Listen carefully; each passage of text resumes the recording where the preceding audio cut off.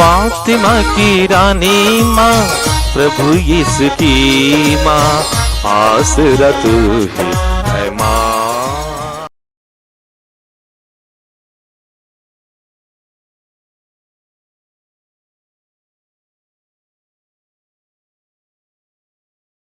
पहला पाठ रोमियो के नाम संत पौलुस का पत्र, अध्याय 10, पद संख्याएं 9 से 18 तक। यदि आप लोग मुख से स्वीकार करते हैं कि यीशु प्रभु है और हृदय से विश्वास करते हैं कि ईश्वर ने उन्हें मृतकों में से जिलाया है, तो आपको मुक्ति प्राप्त होगी। हृदय से विश्वास करने पर मनुष्य धर्मी बनता है और मुख से स्वीकार करने पर उसे मुक्ति प्राप्त होती है। धर्म ग्रंथ कहता है, जो कोई उस पर विश्वास करता है उसे लज्जित नहीं होना पड़ेगा।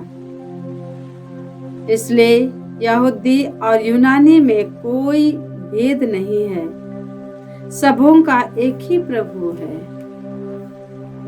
वह उन सबों के प्रति उदार है जो उसकी दुहाई देते हैं, क्योंकि जो कोई प्रभु का नाम की दुहाई देगा उससे मुक्ति प्राप्त होगी। परंतु लोग उसकी दुहाई कैसे दे सकते हैं यदि उन्हें उसमें विश्वास नहीं? वे उसमें कैसे विश्वास कर सकते हैं यदि उन्होंने उसके विषय में सुना नहीं? वे उसके विषय में कैसे सुन सकते हैं यदि कोई प्रचारक ना हो? और कोई प्रचारक कैसे बने यदि वह भेजा नहीं जाए? धर्म ग्रंथ में लिखा है, शुभ संदेश सुनाने वालों के चरण कितने सुंदर लगते हैं, किंतु सबों ने सुसमाचार का स्वागत नहीं किया। ईसायास कहता है, हे प्रभु, किसने हमारे संदेश पर विश्वास किया? इस प्रकार हम देखते हैं कि सुनने से विश्वास उत्पन्न होता है, और जो सुना जाता वह मसीह का वचन है। अब मैं पूछता हूँ, क्या उन्होंने सुना नहीं? उन्होंने अवश्य सुना है, क्योंकि उनकी वाणी समस्त संसार में फैल गई है और उनके शब्द पृथ्वी के सीमांतों तक। प्रभु की वाणी। धन्यवाद। भजन अनुवाक्य। इसकी गूंज संसार भर में फैल जाती है। इसकी गूंज संसार भर में फैल जाती है। आकाश ईश्वर की महिमा बखानता है, तारामंडल उसका सामर्थ्य प्रकट करता है। दिन दिन को इसकी कहानी सुनाता है और रात रात को इससे बताती है। अनुवाक्य। इसकी गूंज संसार भर में फैल जाती है। इसकी गूंज संसार भर में फैल जाती है। ना तो कोई वाणी सुनाई देती है, ना कोई शब्द और ना कोई स्वर, फिर भी इसकी गूंज संसार भर में फैल जाती है और पृथ्वी के सीमांतों तक इसकी ध्वनि। अनुवाक्य। इसकी गूंज संसार भर में फैल जाती है। इसकी गूंज संसार भर में फैल जाती है। जय घोष। Hallelujah, hallelujah. प्रभु कहते हैं, मेरे पीछे चले आओ, मैं तुम्हें मनुष्यों के मछुए बनाऊंगा। हालेलुया। प्रभु आप लोगों के साथ हो और आपकी आत्मा के साथ। संत मत्ती के अनुसार प्रभु यीशु ख्रिस्त का पवित्र सुसमाचार। हे प्रभु तेरी महिमा हो।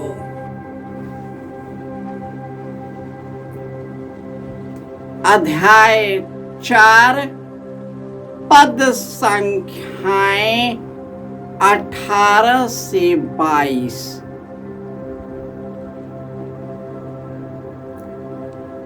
गलीलिया के समुद्र के किनारे टहलते हुए ईसा ने 2 भाइयों को देखा, सीमोन जो पेत्रुस कहलाता है और उसके भाई अंद्रयस को।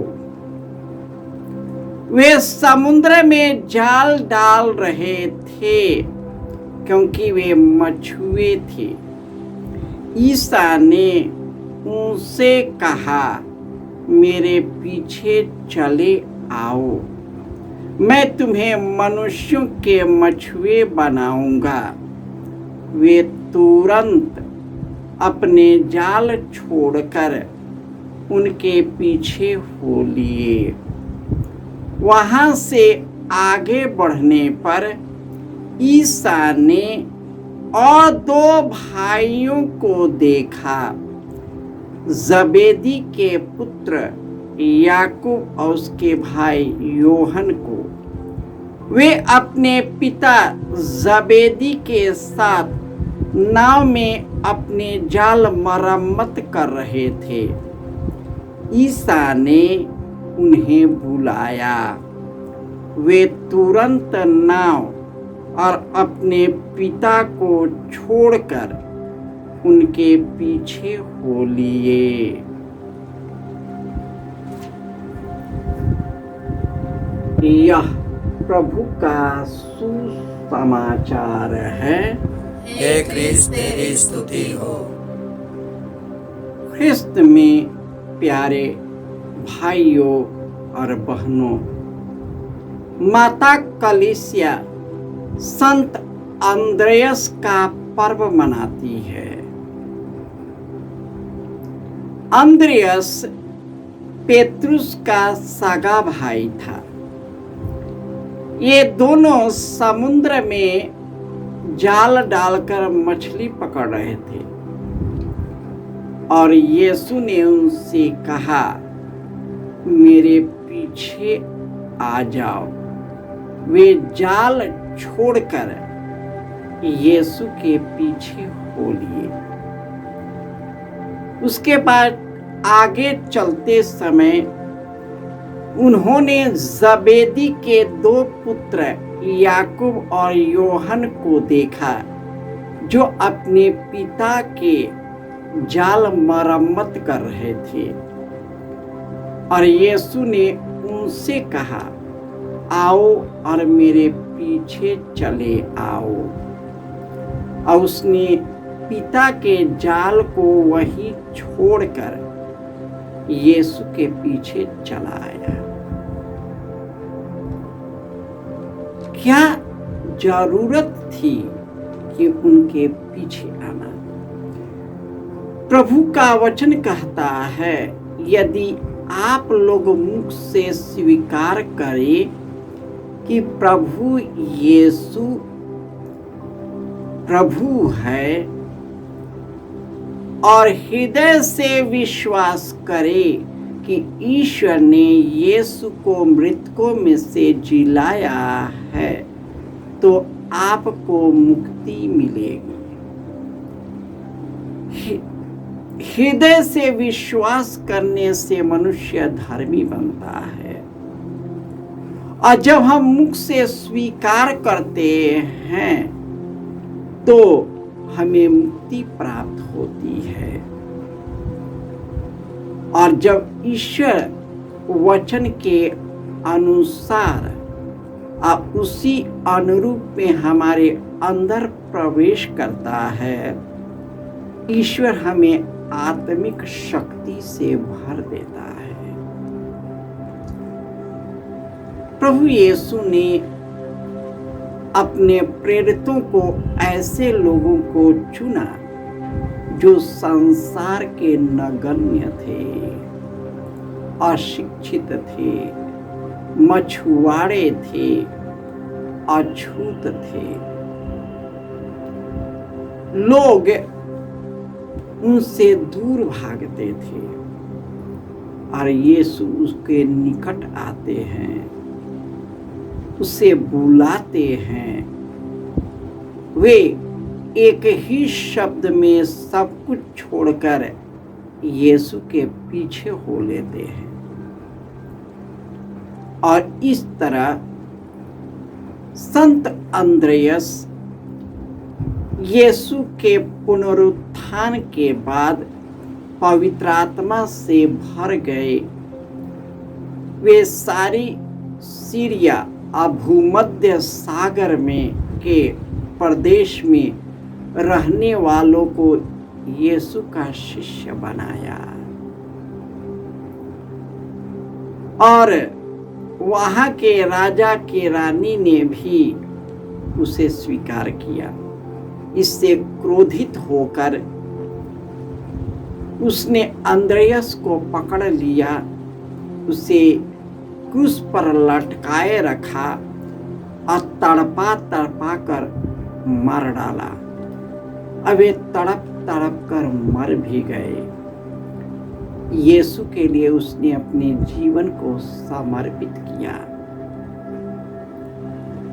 आखिर उसमें क्या थी कि यह सब करने के लिए उसे उत्प्रेरित किया? पुनर्जीवित यीशु का गहरा प्रेम।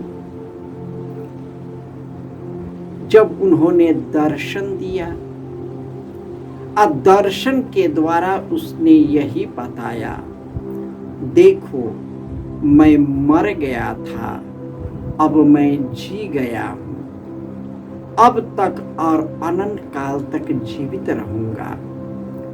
और यीशु ने जो वादा किया था उसे पूरा भी किया कि मैं अपने पिता के पास जाऊंगा, वहां पर तुम लोगों के लिए स्थान प्रबंध करने के बाद फिर आऊंगा, जिससे जहां मैं हूं वहां तुम भी आ सको।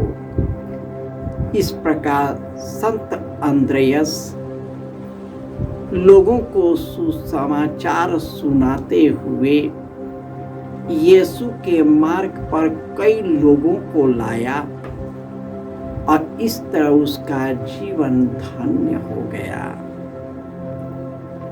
आज हम संत अंद्रयस के मध्यस्थता द्वारा प्रार्थना करते हैं। जिन जिन क्षेत्रों में, जिन जिन इलाकों में और जिन जिन देशों में यीशु के नाम पर अत्याचार हो रहा है, हे प्रभु यीशु, संत अंद्रयस के शहादत के द्वारा तू हम लोगों को पवित्र आत्मा की शक्ति से भर दे, ताकि हे प्रभु हम भी निर्भय होकर लोगों को वचन सुना सके, अपने जीवन के द्वारा, अपने शब्दों के द्वारा, अपने आचरण के द्वारा, अपने व्यवहार के द्वारा, अपने बोली के द्वारा, ताकि हे प्रभु